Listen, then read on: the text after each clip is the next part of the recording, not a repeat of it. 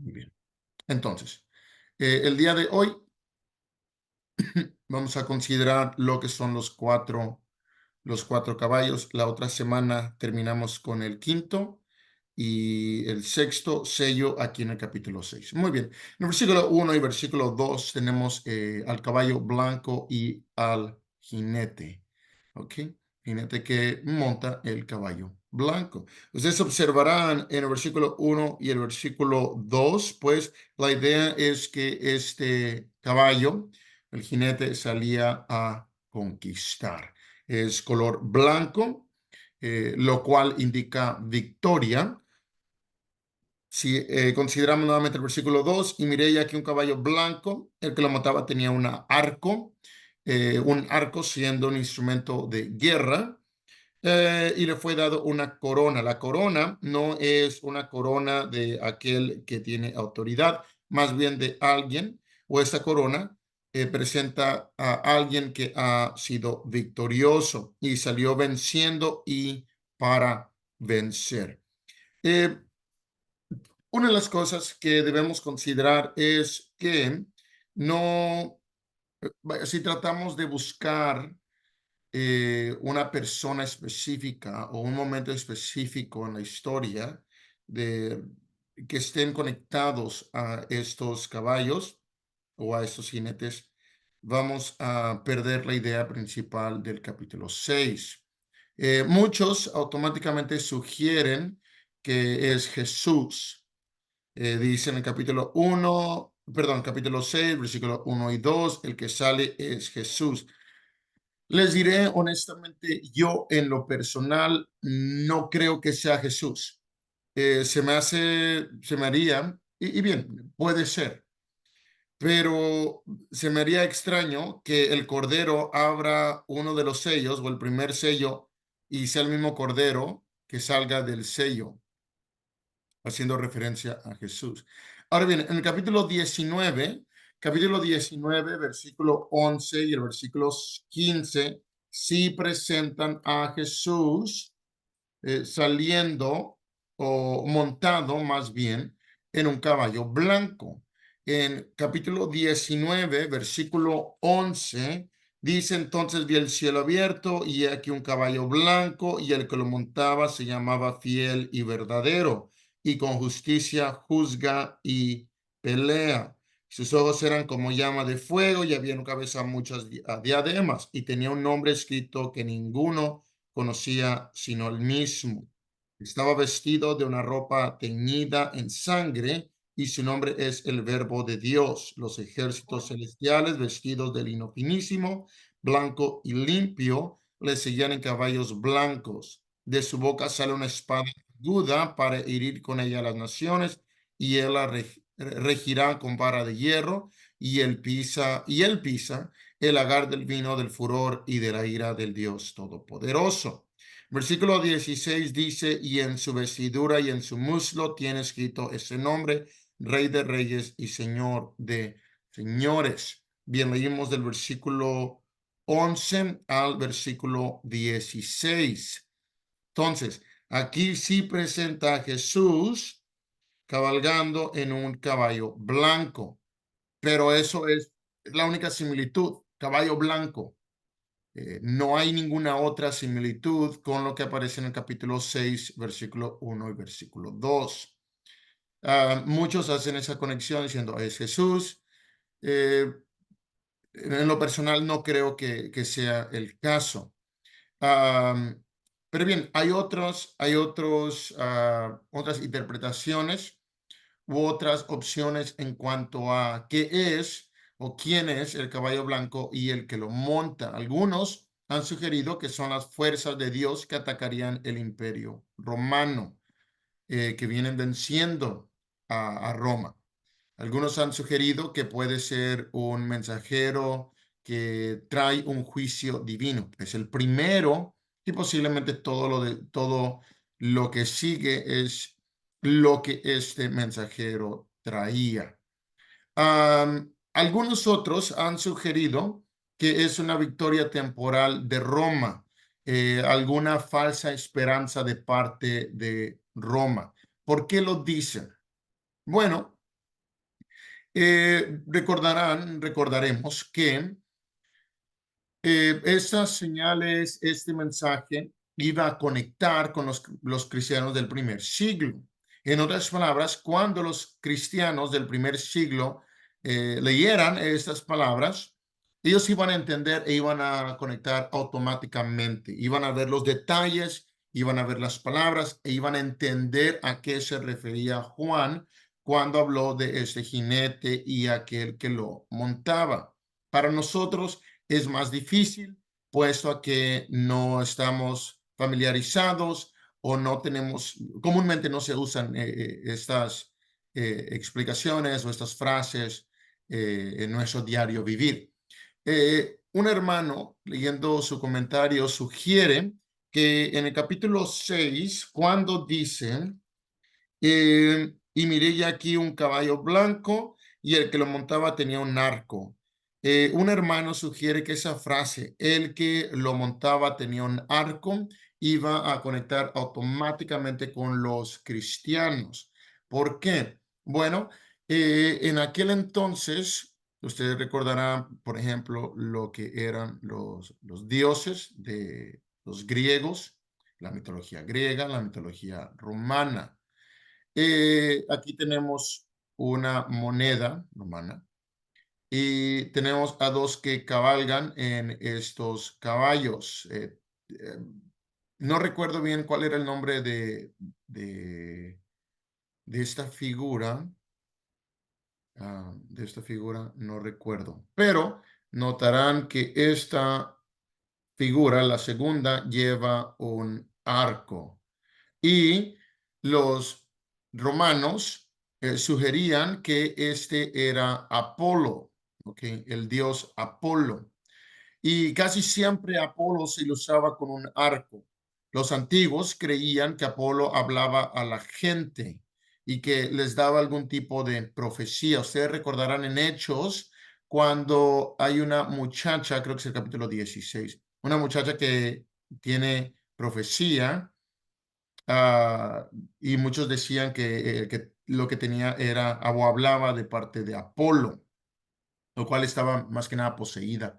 Y muchos creían que lo que estaba diciendo era de parte de Apolo, lo cual no era el caso. De hecho, si vamos a Primera de Reyes, capítulo 22, Apocalipsis no es la primera vez donde aparece alguien que trae algún tipo de profecía falsa. En primer libro de Reyes, capítulo 22, versículos 20 al 23, hay una idea de profetas que van a hablar mentira y la gente lo va a creer. Aquí se creen posiblemente que a eso se está refiriendo con el primer caballo, el caballo blanco que sale del primer sello, o cuando el primer sello es removido. En primer libro de Reyes, capítulo 22, por favor, versículo 20 al 23. Dice el versículo 20, y Jehová dijo, ¿quién inducirá a Acán para que suba y caiga en Ramón de Galaad? Y uno decía de una manera y otro decía de otra. Dios está llevando un tipo de juicio para con Acab. Dice el versículo 21, y salió un espíritu y se puso delante de Jehová y dijo, yo le induciré. Y Jehová le dijo, ¿de qué manera? Él dijo, yo saldré y seré espíritu de mentira en boca de todos sus profetas. Y él dijo, le inducirás y aún lo conseguirás, ve pues y hazlo así. Y ahora he aquí Jehová ha puesto espíritu de mentira en la boca de todos tus profetas y Jehová ha decretado el mal acerca de ti. Muy bien. En otra ocasión podemos hablar en detalle en cuanto al evento de Primera de Reyes 22, pero la idea es que iba a salir un espíritu que iba a, en este caso, a hacer lo que menciona el versículo 23. Iba a haber espíritu de mentira en la boca de los profetas le iban a decir acá no pasa nada, tú ve, vas a estar a salvo, y no fue el caso. Entonces se cree que en Apocalipsis capítulo 6, el versículo 1 y 2, cuando está hablando del caballo blanco que viene y tiene el arco, realmente son profecías falsas o una esperanza falsa de Roma. la cual los iba a guiar a una falsa esperanza. ¿Okay? Otros sugieren posiblemente que está hablando sobre los falsos profetas, sobre mesías falsos, como menciona Mateo capítulo 24, que habrían aquellos que dirían que eran el Mesías cuando en realidad no lo eran. Independientemente de quién sea el, el jinete y el caballo, lo que sí tenemos es el hecho que viene a vencer. Cuando hablamos de vencer, hablamos de derrotar a los enemigos. Es algún tipo de juicio. Bien, regresamos a Apocalipsis capítulo 6. Apocalipsis capítulo 6 y leemos el versículo 3 y el versículo 4. Tenemos aquí el segundo caballo, el segundo jinete. Tenemos un caballo bermejo o rojo y tenemos el jinete o al jinete. Dice el versículo 3, cuando abrió el segundo sello, oía el segundo ser viviente que decía, ven y mira. Y salió otro caballo bermejo, rojo, y al que lo montaba le fue dado poder de quitar de la tierra la paz y que se matasen unos a otros. Se le dio una gran espada. Muy bien, en cuanto al caballo bermejo o al caballo rojo, otra vez representa muerte. El color rojo es color de sangre, lo cual muchos han indicado que habla de algún tipo de guerra. Lo que presenta más que nada en capítulo 6, versículos 3 y 4, es que habría conflicto en el mundo. Y vemos el sufrimiento, que se matasen unos a otros, ya no iba a haber paz. El único momento donde no hay paz es cuando hay guerra. Y bien, entonces puede ser que el primero trajera una esperanza falsa, el segundo trajera guerra. Muy bien. Y realmente no tengo más que decir sobre el segundo caballo, puesto que este es un poquito más sencillo de entender en cuanto a lo que significa por el color y por lo que viene a ser. Bien, el tercero, versículo 5, versículo 6. Cuando abrí el tercer sello, oí al tercer ser viviente que decía, ven y miré ya aquí un caballo negro, y el que lo montaba tenía una balanza en la mano. Y oí una voz de en medio de los cuatro seres vivientes que decía, 2 libras de trigo por un denario y 6 libras de cebada por un denario, pero no dañes el aceite ni el vino. Varias cosas sobre este tercer caballo o el mensaje que sale después de abrir el tercer sello. El color negro siempre es presentado como el color del sufrimiento y a veces en el Antiguo Testamento era presentado como el color del hambre. Por ejemplo, Lamentaciones capítulo 5, el versículo 10. Si lo leen, por favor, en Lamentaciones capítulo 5, versículo 10. Dice Lamentaciones, por favor. Lamentaciones capítulo 5. Y bien, el mismo nombre del libro presenta cuál es el mensaje de Jeremías. Hay lamentaciones, hay ayes, lo que son expresiones de luto, de sufrimiento. Bien, entonces, en el capítulo 5 de Lamentaciones, el capítulo 5, el versículo 10, dice lo siguiente en cuanto a lo que iba a estar sucediendo en aquel lugar. Nuestra piel se ennegreció, se hizo negra como un horno a causa del ardor del hambre.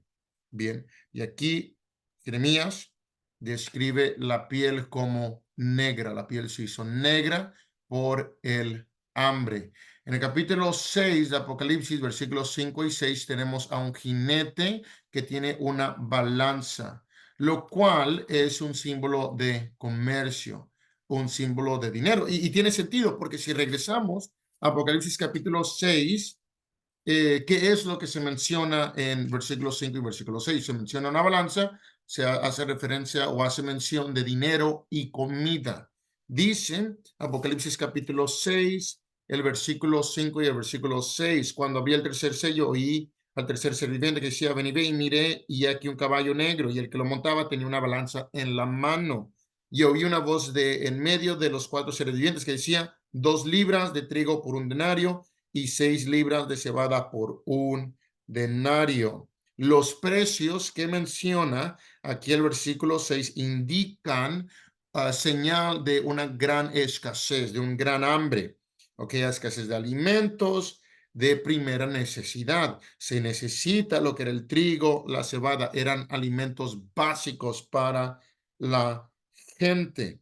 De hecho, estaba leyendo que los precios, pues para nosotros aquí, ok, bueno, pues un denario, 6 libras de trigo, 2 libras de trigo, 6 libras de cebada. Para nosotros sería muy buen precio, sin antes meditar en el hecho que esos precios estaban exagerando o habían sido multiplicados 8 a 16 veces. Por ejemplo, si y estoy inventando números, pero si vamos a la tienda y el galón de leche cuesta $1, por ejemplo, y es lo común, es lo justo, lo barato.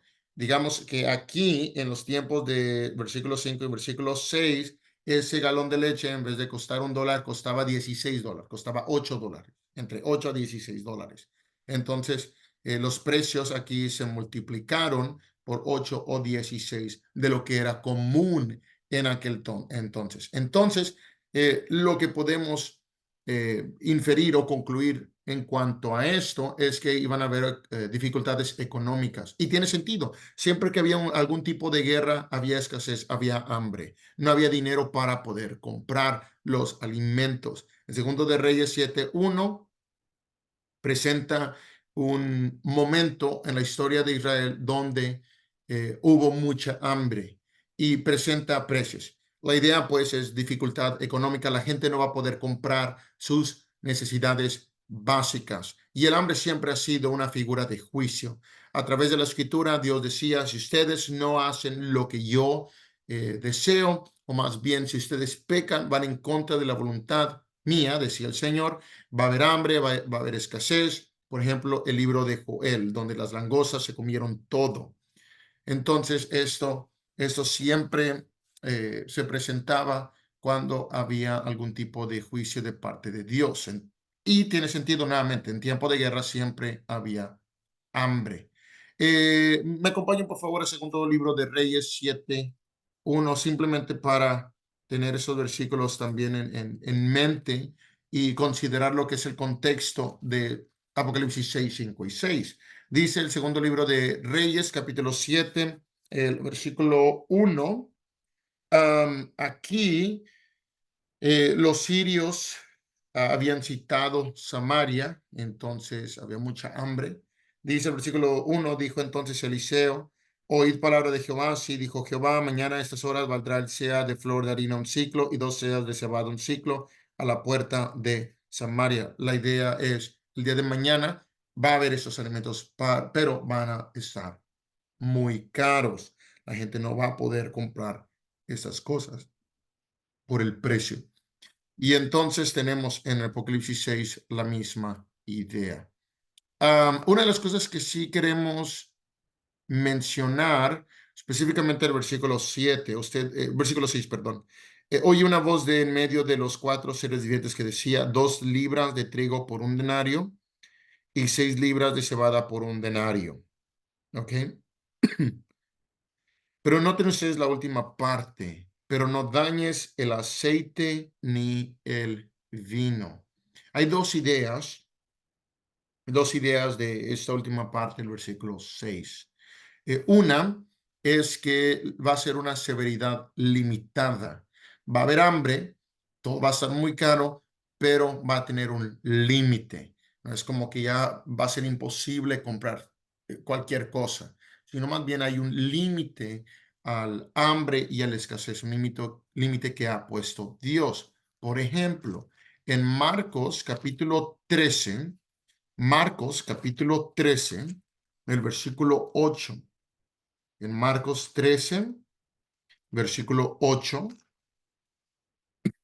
Jesús está hablando sobre lo que es el futuro de Israel.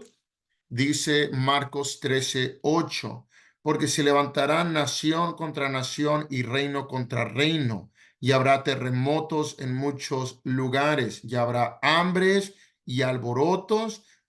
Noten ustedes, principios de dolores son estos. Es decir, el hambre, lo que eran los terremotos, los alborotos, iban a ser el principio, no iban a ser el final. Entonces, presenta capítulo 6 de Apocalipsis una idea de un hambre limitado o severidad limitada. Otra idea es que el vino y el aceite no eran esenciales para la vida. Entonces, solamente lo que era esencial, lo que era importante para la gente, era lo que iba a costar mucho o iba a haber escasez de ello. Independientemente de cuál sea la idea principal o la interpretación correcta de pero no dañes el aceite ni el vino, lo que podemos concluir de ese caballo y ese jinete es que iba a haber un juicio contra el mundo e iba a haber gran hambre y gran sufrimiento, ¿ok? Considerando nuevamente el color del caballo y lo que traía. Iban a haber dificultades económicas, mucho sufrimiento. Ustedes están conscientes, y estoy seguro que lo han vivido, lo hemos vivido, cuando no hay dinero, se vuelve muy, muy difícil poder comprar necesidades básicas, especialmente ahorita todo está bien caro, no nos pagan lo suficiente y el dinero se va rápidamente. Ahora multipliquen eso por algunos números, ¿ok? Por varias cantidades y nos podemos imaginar cuánto era lo que estaban sufriendo los cristianos en aquel entonces y incluso el sufrimiento que iba a venir sobre Roma y todos los enemigos del pueblo de Dios. Muy bien, finalmente el versículo 7 y versículo 8. Capítulo 6, versículo 7 y versículo 8. Dice, cuando abrió el cuarto sello, oí la voz del cuarto sirviente que decía, ven y mira, mire ella aquí un caballo amarillo. Y el que lo montaba tenía por nombre Muerte, y el Hades le seguía, y le fue dada potestad sobre la cuarta parte de la tierra para matar con espada, con hambre, con mortandad y con las fieras de la tierra. Bien, algunas cosas. La Reina Valera 1960 dice caballo amarillo. La Biblia de las Américas también dice amarillo. Hay unas traducciones, por ejemplo, la eh, Nueva Traducción Viviente dice, levanté la vista y vi un caballo de color verde pálido. Muchas traducciones en inglés también dicen verde pálido. Dice, por ejemplo, alguno ashen. eh, Otros hablan sobre simplemente el color verde. Y de hecho estaba viendo que, no sé si recuerdan cuando había compartido con ustedes la imagen de aquí está. Por ejemplo, tenemos el blanco, vermelho, negro, y luego, por ejemplo, el versículo 7 y 8 dice amarillo, y en la imagen, pues no está amarillo. Y dije, bueno, pues esta imagen como que no. Y luego ya me di cuenta que la traducción más precisa es verde, lo cual tiene sentido cuando habla sobre un color verde pálido, puesto que es el color que muchos asocian con muerte o con aquello que está muriendo. Hoy ya quité aquí todo. Hold on. Me emocioné picándole aquí. Así que, a ver, hold on. Me emocioné picándole y ni me di cuenta que ya me había pasado. Bueno. Déjenme otra vez compartir aquí mi pantalla. Mm, Ok, bien, y sí, y Ernesto menciona en los comentarios, en otras culturas se le conoce como caballo de pestilencia. Y bien, el color verde está un poco más asociado, verde pálido, está asociado más con ese tipo de concepto o idea. Una de las cosas que llama mucho la atención aquí es que viene la muerte y detrás de la muerte viene el Hades.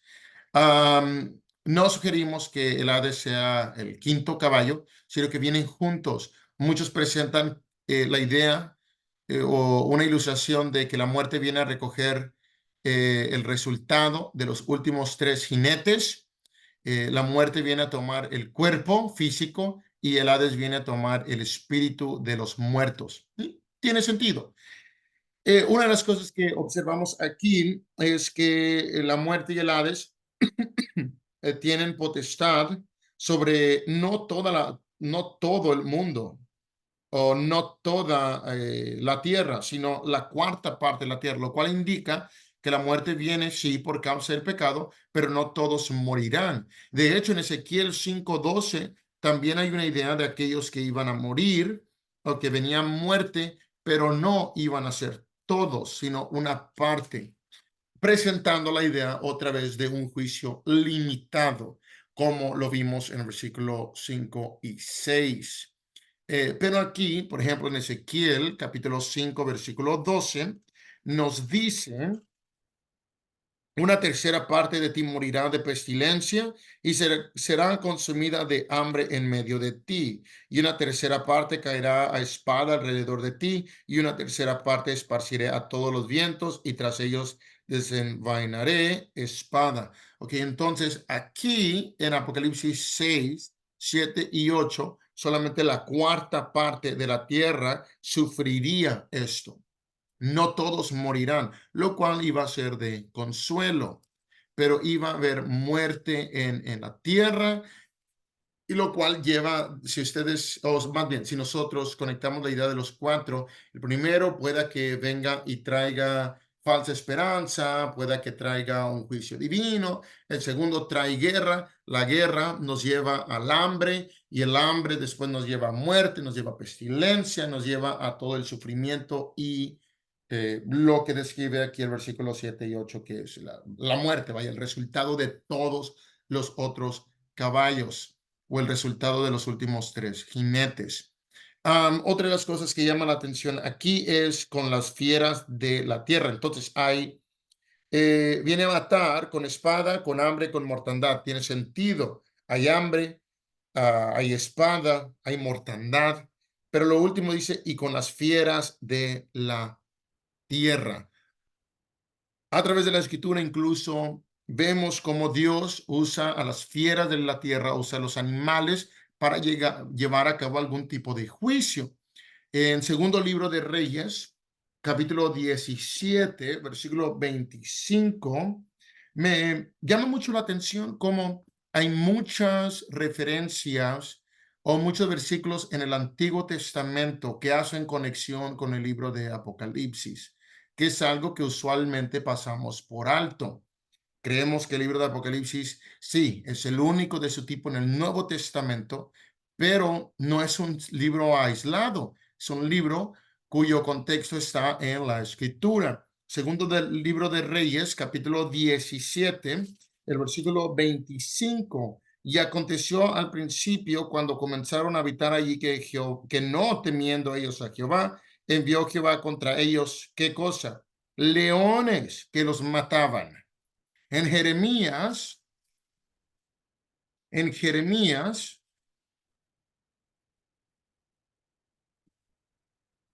capítulo 5, versículo 6, y aquí menciona a más animales del campo. Jeremías capítulo 5, versículo 6. Por tanto, el león de la selva los matará, los destruirá el lobo del desierto, el leopardo acechará sus ciudades, cualquiera que de ellas saliere será arrebatado, porque sus rebeliones se han multiplicado, se han aumentado sus deslealtades. Y luego entonces tenemos capítulo 6, versículos 7 y 8 en el libro de Apocalipsis, donde incluso la muerte vendría por parte de las fieras de la tierra. Entonces, tenemos estos cuatro caballos, tenemos esos 4 jinetes, vienen trayendo juicio contra el mundo entero, vienen de parte de Dios. Es un error, nuevamente, tratar de identificar a una persona específica para hablar de cada jinete o algún momento en la historia. Lo que presentan esos 4 jinetes, y lo hemos visto una y otra vez, hasta parecen muy similares, vienen trayendo juicio. El primero dice viene venciendo, el segundo viene trayendo guerra, viene a quitar la paz, el tercero viene trayendo hambre y el último viene trayendo muerte. Entonces, de todo eso, observamos que la idea, pues, es que pronto iba a venir un juicio, iba a venir un momento en la historia del hombre que va a ser muy, muy difícil. Y me atrevo a decir que incluso los cristianos iban a experimentar algún tipo de sufrimiento por todo lo que venía. Pero como lo mencionamos la semana pasada, este juicio que viene es un juicio que va a demostrar quiénes son los